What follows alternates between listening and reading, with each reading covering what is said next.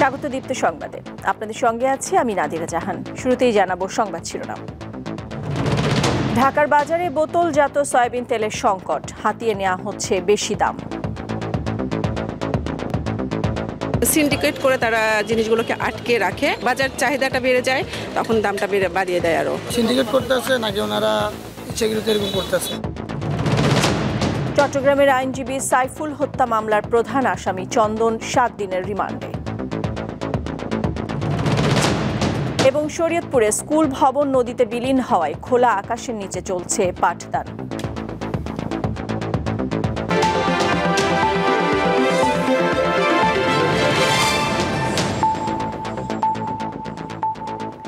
শিরোনাম শুনছিলেন, এবার পুরো খবর। রাজধানীর বাজারে বোতলজাত সয়াবিন তেলের সংকট দেখা দিয়েছে। যে সব দোকানে পাওয়া যাচ্ছে সেগুলোতে বেশি দামে বিক্রি হচ্ছে। এদিকে এখনও চড়া আলু পেঁয়াজের দাম। হঠাৎই রাজধানীর পাইকারি ও খুচরা বাজার থেকে ভোজবাজির মতো উধাও বোতলজাত সয়াবিন তেল। হাতিরপুল বাজারে গিয়ে দেখা যায় কিছু দোকানে তেলের বোতল দেখা গেলেও সেগুলোর গায়ে লাগানো দামের চেয়ে বেশি রাখছেন বিক্রেতারা। এমনকি সরকার আমদানি শুল্ক কমালেও তার কোনো প্রভাব নেই। তেলের ক্রাইসিস, কোম্পানি দিচ্ছে না, অর্ডার দেই কিন্তু মাল দিচ্ছে না, ওরা দিতে পারে না, ডিলারের কাছে মাল নেই।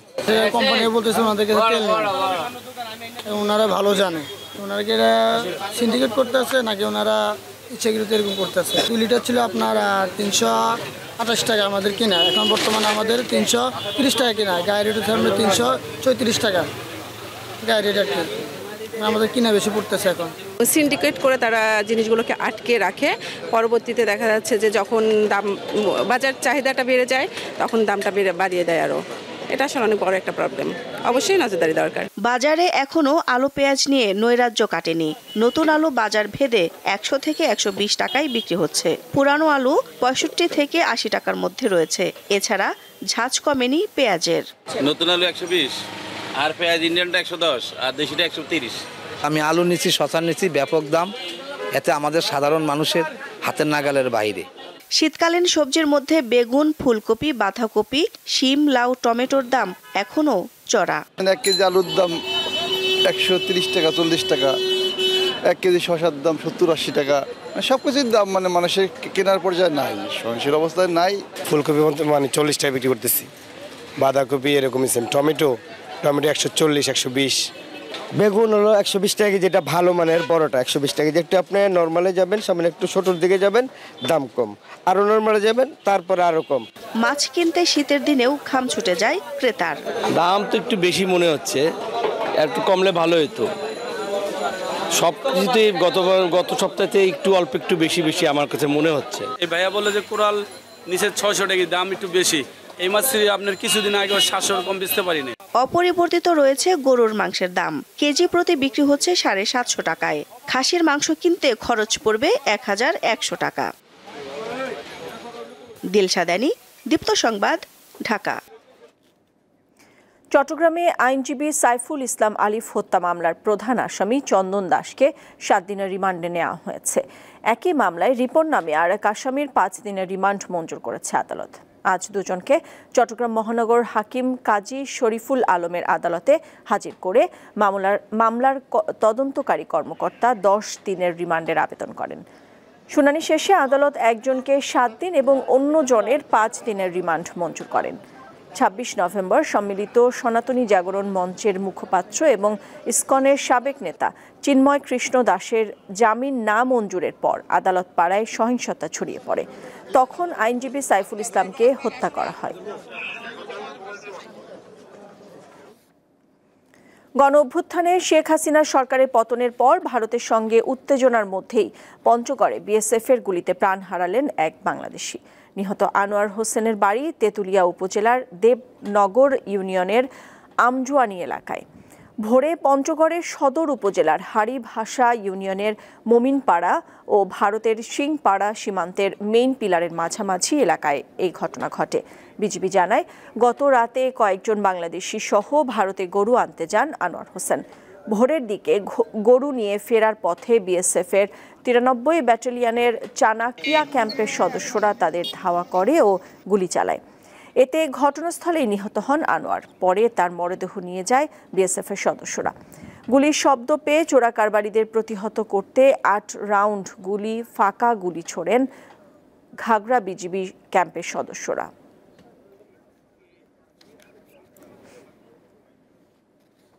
ভারতকে আচরণ পরিবর্তনের আহ্বান জানালেন বিএনপির জ্যেষ্ঠ যুগ্ম মহাসচিব রুহুল কবির রিজভী আহমেদ। অন্যথায় ভারতের সঙ্গে বাংলাদেশের মানুষ আগামীতে ব্যবসা করবে কিনা ভেবে দেখা হবে বলে মন্তব্য করেন তিনি। রিজভী জানান, যারা আধিপত্যবাদী মানসিকতা পোষণ করে তাদের সঙ্গে কেউ ব্যবসা বাণিজ্য করতে চায় না। সকালে রাজধানীর গুলশানে দেশীয় পণ্য বিক্রি কার্যক্রমের এক অনুষ্ঠানে তিনি এসব কথা বলেন। বিএনপির এ নেতা আরও বলেন, সাম্প্রদায়িকতার ধোঁয়া তুলে বাংলাদেশে আধিপত্য কায়েম করতে চায় ভারত। এজন্য কোনো প্রতিবেশী এখন ভারতের সঙ্গে নেই। আপনারা উঠে পড়ে লেগেছেন বাংলাদেশের বিরুদ্ধে অপপ্রচার করতে, অপতথ্য দিতে। আমরা আগেও বলেছি, 5ই আগস্টের আগে যে সরকার ছিল, এটি ছিল একটি ঘৃণিত সরকার। এরা ক্ষমতায় থাকার জন্য নিজ দেশের সন্তানদেরকে হত্যা করতে দ্বিধা করতো না। কিন্তু যারা ঘৃণা করে আমাদেরকে, যারা আমাদের দেশের প্রতি আগ্রাসন চালাতে উস্কানি দেয়, তাদের সাথে আমরা কোনো ব্যবসা বাণিজ্য করতে চাই না। শেখ হাসিনা অবৈধভাবে ভারতে অবস্থান করে বাংলাদেশে অশান্তি ও বিভেদ তৈরির ষড়যন্ত্র করছেন, এমন অভিযোগ করেছেন বিএনপির স্থায়ী কমিটির সদস্য খন্দকার মোশাররফ হোসেন। সকালে জাতীয় প্রেস ক্লাবে স্বৈরাচার পতন ও গণতন্ত্র দিবস উপলক্ষে এক আলোচনা সভায় তিনি অভিযোগ করেন। অবৈধভাবে একটি দেশে আছে, সেখান থেকে তারা ষড়যন্ত্র করবে, এটা আমরা অবিশ্বাস করি না। কেননা তারা চেষ্টা করবে, তারা পতিত একটি স্বৈরাচারী সরকার, তারা চেষ্টা করবে বাংলাদেশে একটা অশান্তি সৃষ্টির জন্য, আমাদের মধ্যে বিভেদ সৃষ্টি করার জন্য। সেই চেষ্টাগুলো যে করছে আপনারা নিজেরা সকলেই টের পাচ্ছেন। দ্রুত কিছু মৌলিক সংস্কার শেষে দ্রুত নির্বাচনের দাবি জানিয়েছেন জামায়াত ইসলামের আমির শফিকুর রহমান। সকালে কুমিল্লা নগরের টাউন হল মাঠে দলটির কর্মী সম্মেলনে তিনি মন্তব্য করেন। অন্তর্বর্তী সরকারকে উদ্দেশ্য করে জামায়াতের আমির বলেন, জাতিকে এমন একটি সুষ্ঠু নির্বাচন উপহার দিন যেন ইতিহাসে স্মরণীয় হয়ে থাকতে পারেন। তিনি আরও বলেন, ভারতের গণমাধ্যমগুলো বাংলাদেশের বিরুদ্ধে নিকৃষ্ট যুদ্ধ শুরু করেছে ও মিথ্যা তথ্য ছড়াচ্ছে। দেশের বিরুদ্ধে কোনো আগ্রাসন সহ্য করা হবে না বলে হুঁশিয়ারি দেন শফিকুর রহমান। আপনারা যৌক্তিক সময়ের ভিতরে নির্বাচন জাতিকে উপহার দেন। সেই নির্বাচন হতে হবে সুষ্ঠু, অবাধ এবং গ্রহণযোগ্য।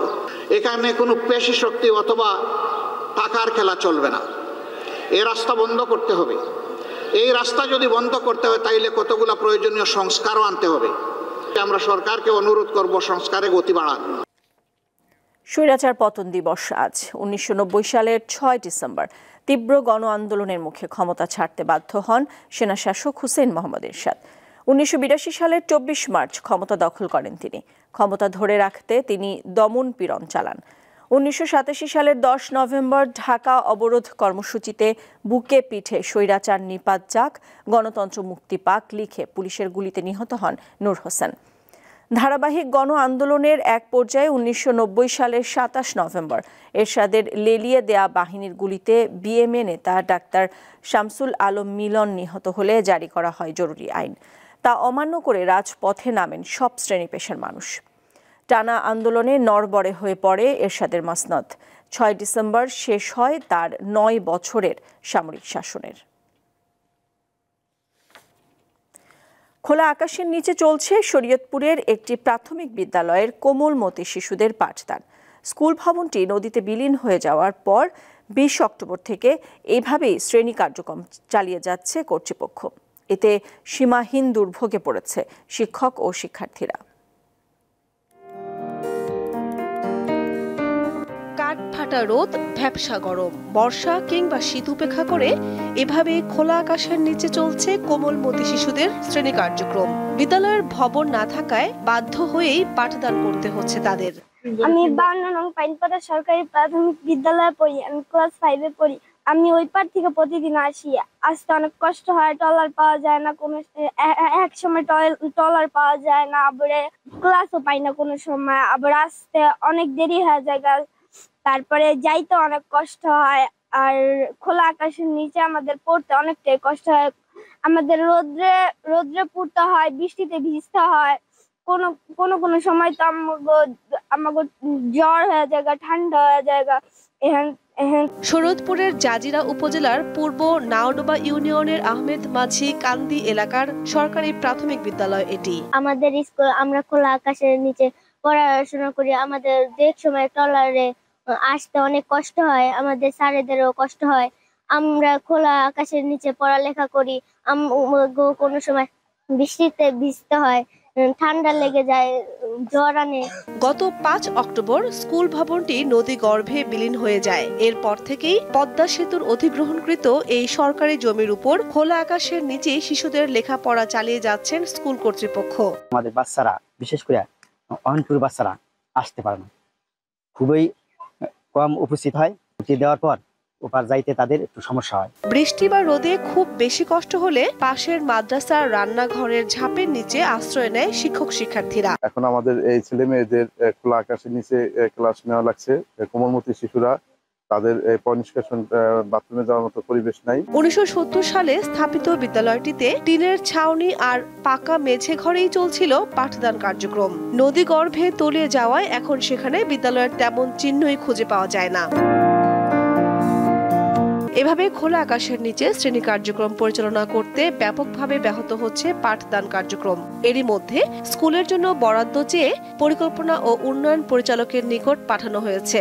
এই বিষয়টি আমরা অবগত আছি এবং আমরা প্রধান শিক্ষকের কাছে একটি আবেদন নিয়ে আমরা সেটা আমাদের পরিচালক পরিকল্পনা এবং উন্নয়ন এখানে আমরা গত 21-10 তারিখে পাঠিয়ে দিয়েছি। শুধু এই বিদ্যালয়টি নয়, শরীয়তপুর জেলায় গত 7 বছরে 13টি প্রাথমিক বিদ্যালয় ভবন নদী গর্ভে বিলীন হয়েছে। দ্রুত এসব স্কুল ভবন পুনর্নির্মাণের দাবি স্থানীয়দের। দীপ্ত, বার্তাকক্ষ। প্রকৃতির অন্যতম সুন্দর প্রাণীকুলের মধ্যে একটি প্রজাপতি। রঙিন ডানা মেলে উড়ে বেড়ানো প্রজাপতি মুগ্ধ করে না এমন মানুষ খুঁজে পাওয়া যায়। এই প্রজাপতি নিয়ে শুক্রবার দিনব্যাপী জাহাঙ্গীরনগর বিশ্ববিদ্যালয়ে 14 বারের মতো হয়ে গেল মেলা। ছিল দেখা ও শেখার নানা আয়োজন।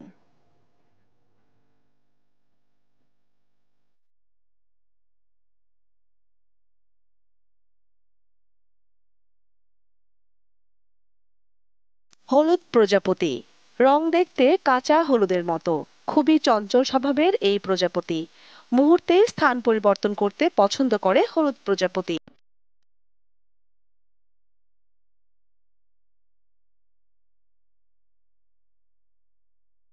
নানা প্রজাপতি ও শত শত রঙের এমন প্রজাপতির দেখা মেলে জাহাঙ্গীরনগর বিশ্ববিদ্যালয় ক্যাম্পাসে। প্রাণীবিদ্যা বিভাগের আয়োজনে এই মেলা দেখতে ঢল নামে শিশু, কিশোর ও নানা বয়সী মানুষের। প্রজাপতি আছে এখানে, ড্রয়িং আমি নাম দিয়েছে, ভীষণ ভালো লাগে আমার। এখানে আমার অনেক মজা লাগতেছে, আমি এখানে ড্রয়িং কম্পিটিশন অংশগ্রহণ করব। ধরনের মেলা আসলে রেগুলারলি হওয়া উচিত এবং আমাদের সবার সচেতনতাটা আরো বেশি জরুরি। আমরা হাতে আঁকা ব্যানার ব্যবহার করেছি, হাতের যে জিনিসপত্র সব ইউজ করেছি, যাতে এই প্লাস্টিক ইউজ যাতে কমানো যায় সেটার একটা প্রচেষ্টা। মেলা ঘিরে প্রজাপতি দেখা ও শেখার জন্য রাখা হয় নানা আয়োজন।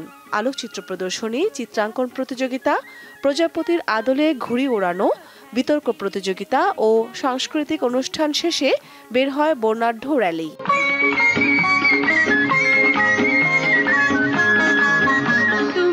বিশ্ববিদ্যালয়ের জহির রায়হান মিলনায়তন চত্বরে প্রজাপতি মেলার উদ্বোধন করেন উপাচার্য কামরুল আহসান। আমাদের আচরণ এমন হওয়া উচিত যাতে আমাদের সমাজে বৈচিত্র্য টিকে থাকে এবং এর মাধ্যমেই কিন্তু টেকসই একটা সমাজ প্রতিষ্ঠিত হয়। প্রজাপতি টিকে থাকলে পরিবেশ ভালো থাকবে, গাছপালা থাকবে, আমরা অনেক অক্সিজেন পাবো, আমরা জলবায়ু যে সমস্যাগুলো আছে মোকাবেলা করতে পারবো। এবারের মেলায় প্রজাপতি সংরক্ষণে সার্বিক অবদানের জন্য বন ও প্রকৃতি বিষয়ক সংগঠন প্ল্যান্টেশন ফর নেচারের প্রতিষ্ঠাতা সবুজ চাকমাকে বাটারফ্লাই অ্যাওয়ার্ড এবং জগন্নাথ বিশ্ববিদ্যালয়ের প্রাণীবিদ্যা বিভাগের শিক্ষার্থী সাব্বির আহমেদকে বাটারফ্লাই ইয়াং এনথুজিয়াস্ট অ্যাওয়ার্ড দেয়া হয়। দীপ্ত, বার্তাকক্ষ। ভারতের গুজবে বাংলাদেশের কোনো ক্ষতি নেই বলে মন্তব্য করেছেন নৌ পরিবহন মন্ত্রণালয়ের উপদেষ্টা এম সাখাওয়াত হোসেন। দুপুরে যশোরের বেনাপোলে কার্গো ইয়ার্ড ইমিগ্রেশন পরিদর্শন শেষে কথা বলেন তিনি। এম সাখাওয়াত হোসেন আরও বলেন, বাংলাদেশ মেজরিটি মাইনরিটি বলে কোনো বিভাজন নেই, এখানে সকল ধর্মের মানুষ বসবাস করছে। কোনো উস্কানিতে কান না দেওয়ার আহ্বান জানান এই উপদেষ্টা। যতদিন ভারতের আমাদের বিরুদ্ধে কোনো প্রপাগান্ডা হবে ততদিন আমাদের দেশের লোক কম যাবে। কম গেলে আমাদের তো কোনো ক্ষতি নেই, আমাদের এখানে চিকিৎসাও আছে, আমাদের এখানে বাজারও আছে, সবই আছে।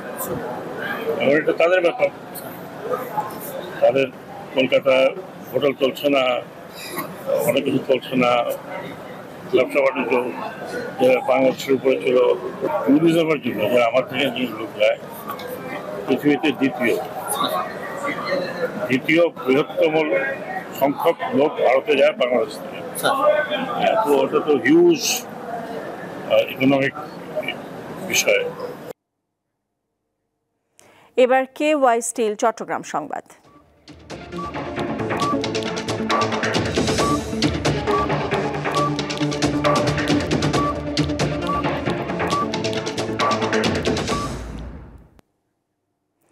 প্লাস্টিক দূষণের ভয়াবহতা ঠেকাতে কক্সবাজার সমুদ্র সৈকতে তৈরি করা হয়েছে ৬২ ফুট উঁচু প্লাস্টিকের এক দানব। এতে ব্যবহার করা হয়েছে ১০ মেট্রিক টন বর্জ্য। এটি দেখতে ভিড় করছেন পর্যটকরা। সেখানে আগামী ৪ মাস থাকবে এই দানব।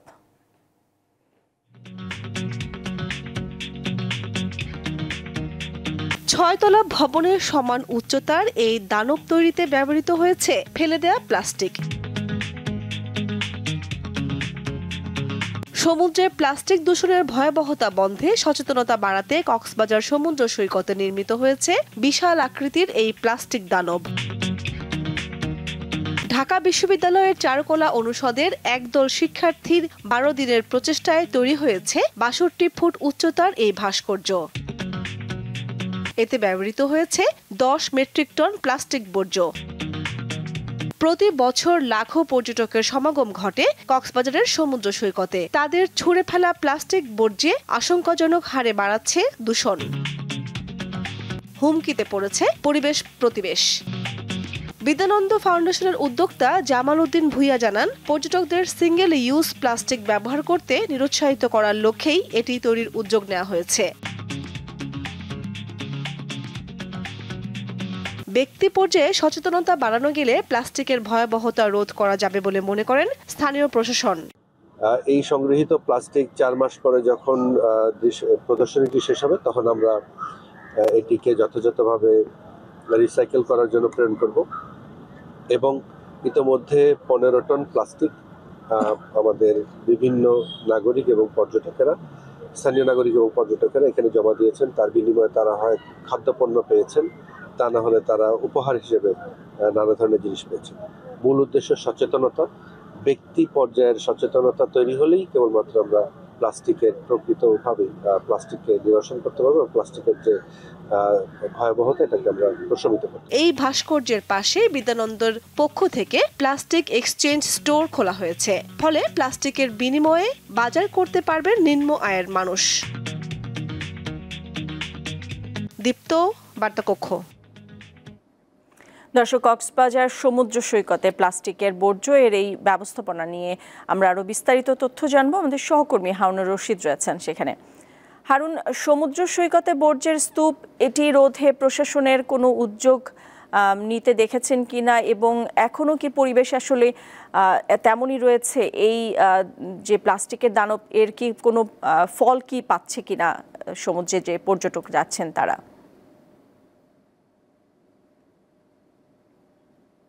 নাদিরা, আপনি নিশ্চয় দেখতে পাচ্ছেন আমার পেছনে দানব আকৃতিক এক বিশাল দানব দাঁড়িয়ে আছে। আসলে এটা একটি প্রতীকী প্লাস্টিক দানব, যেটা সমুদ্রের যে প্লাস্টিক দূষণের যে ভয়াবহতা রোধে এবং মানুষের মাঝে প্লাস্টিক দূষণের সচেতনতা বাড়াতে এই উদ্যোগ নিয়েছে কক্সবাজার বিদ্যানন্দন ফাউন্ডেশন এবং জেলা প্রশাসন এবং সহযোগিতা আছে কক্সবাজার ট্যুরিস্ট পুলিশ। এই উদ্যোগটা প্রতি বছর নেয় বিদ্যানন্দন ফাউন্ডেশনের পক্ষ থেকে, তারা নেয়। এই বছরও ঠিক একইভাবে তারা বলেছে যে বিশ্বের সর্বোচ্চ এই প্লাস্টিক দানব, তারাই এই ধরনের দানব আর পৃথিবীর কোথাও হয়নি। তারা বিদ্যানন্দ ফাউন্ডেশনের পক্ষ থেকে এটা বলা হয়েছে। তবে তারা বলছে এই সাধারণ মানুষের মাঝে প্লাস্টিক নিয়ে যে দূষণ, প্লাস্টিকের যে ক্ষতিকারক দিকগুলো তুলে ধরতে, প্লাস্টিক সম্পর্কে সচেতনতা বাড়ার তারা এই উদ্যোগটা নিয়েছে। তবে সমুদ্রের বিভিন্ন পয়েন্ট থেকে প্লাস্টিক বর্জ্য সংগ্রহ করে তারা 62 ফুট উঁচু উচ্চতার এই দানবটি তারা তৈরি করে। এই দানব তৈরি করতে ঢাকা বিশ্ববিদ্যালয়ের চারুকলা বিভাগের 10 জন শিক্ষার্থী এখানে রাত দিন পরিশ্রম করে এটা তৈরি করেছে। এটা মানুষের মাঝে অবশ্য আপনি যেটা বলেছেন, কক্সবাজারে যে পর্যটকরা বেড়াতে আসছে তারা বলছে এটা একটা ভালো উদ্যোগ। প্লাস্টিক এখন মানুষের জীবনের অনুষঙ্গ হয়ে উঠেছে। এই প্লাস্টিকে আবার মানুষের জীবন জীবিকা থেকে শুরু করে জীব বৈচিত্র্যের প্রভাব পড়েছে এবং সেখানে ক্ষতিকর দিকগুলো উঠে এসেছে। এই অবস্থায় আসলে পর্যটকেরা এটাকে সাধুবাদ জানিয়েছে। এই আরো 4 মাস এটা থাকবে এবং মানুষ সচেতন হবে এবং প্রশাসনের পক্ষ থেকে এই বিষয়টাকে মানুষকে সচেতন করার জন্য বলা হচ্ছে এবং আশা করি প্রশাসন আশা করছে আগামীতে এই ধরনের প্লাস্টিক রোধে তারা সফল হবে এবং প্লাস্টিককে একটি রিসাইকেলের মাধ্যমে প্লাস্টিককে আবার নতুন ভাবে হয়তো যেখানে সেখানে প্লাস্টিক ফেলে এগুলো সংগ্রহ করতে পারবে এবং প্লাস্টিক রোধে দূষণ নিয়ন্ত্রণ করতে পারবে প্রশাসন মনে করছে। নাদিরা। হারুন, ধন্যবাদ আপনাকে। দর্শক, আমাদের সাথে যুক্ত ছিলেন হারুনুর রশিদ কক্সবাজার থেকে। দর্শক, দীপ্ত সংবাদ শেষ করব, তার আগে সংবাদ শিরোনামগুলো জানিয়ে দিচ্ছি আরো একবার। ঢাকার বাজারে বোতলজাত সয়াবিন তেলের সংকট, হাতিয়ে নেওয়া হচ্ছে বেশি দাম। চট্টগ্রামের আইনজীবী সাইফুল হত্যা মামলার প্রধান আসামি চন্দন 7 দিনের রিমান্ডে। এবং শরীয়তপুরে স্কুল ভবন নদীতে বিলীন হওয়ায় খোলা আকাশের নিচে চলছে পাঠদান।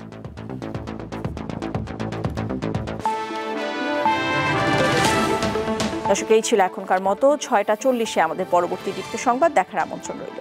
এছাড়া আরও তথ্য ও বিনোদনের খবরাখবর জানতে চোখ রাখুন দীপ্ত ডিজিটাল প্ল্যাটফর্মগুলোতে। সাথে থাকার জন্য ধন্যবাদ সবাইকে।